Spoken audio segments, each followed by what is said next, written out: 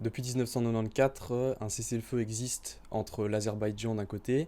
l'Arménie et la République autoproclamée du Haut-Karabakh de l'autre, qui consacre en fait l'occupation par les forces arméniennes et pro-arméniennes de la région azerbaïdjanaise du Haut-Karabakh et de territoires azerbaïdjanais adjacents. L'OSCE a pris en charge un processus de négociation de paix, mais ne dispose de pas assez d'effectifs pour contrôler le respect du cessez-le-feu, ce qui a permis et permet encore les affrontements quotidiens sur la ligne de front. Et en avril 2016, des combats de plus haute intensité, de plus grande échelle, ont éclaté tout le long de la ligne de front, causant plusieurs centaines de morts de part et d'autre, et permettant à l'Azerbaïdjan de prendre au moins deux positions adverses.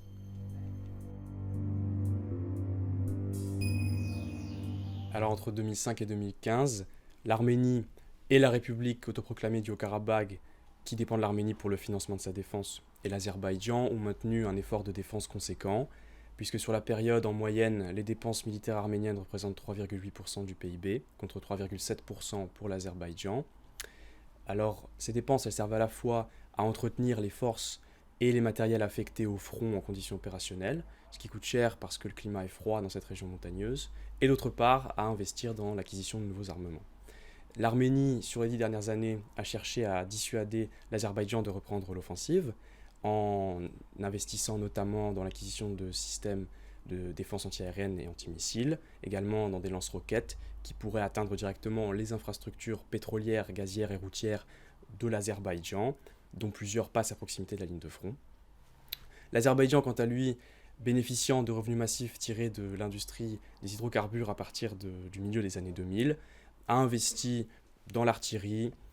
dans les hélicoptères d'attaque, des drones et des armes anti-chars.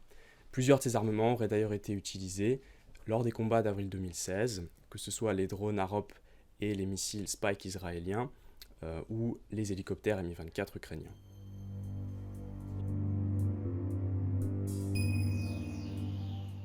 Alors le conflit s'inscrit dans un jeu d'alliances régionales qui n'est pas figé.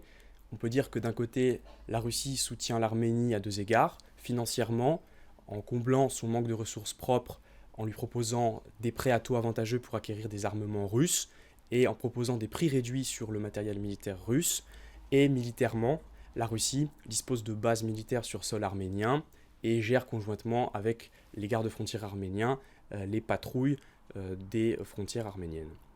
De son côté, l'Azerbaïdjan bénéficie d'une coopération militaire avec la Turquie, notamment depuis le pacte de défense signé en 2010, et la Turquie a toujours soutenu l'Azerbaïdjan dans le cadre du conflit, notamment en fermant sa frontière avec l'Arménie en 1993.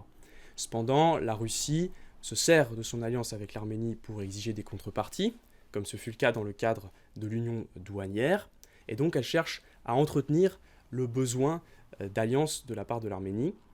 La Russie n'hésite donc pas à vendre des armements à l'Azerbaïdjan pour entretenir la menace militaire sur l'Arménie et donc obliger l'Arménie à chercher plus avant cette protection russe.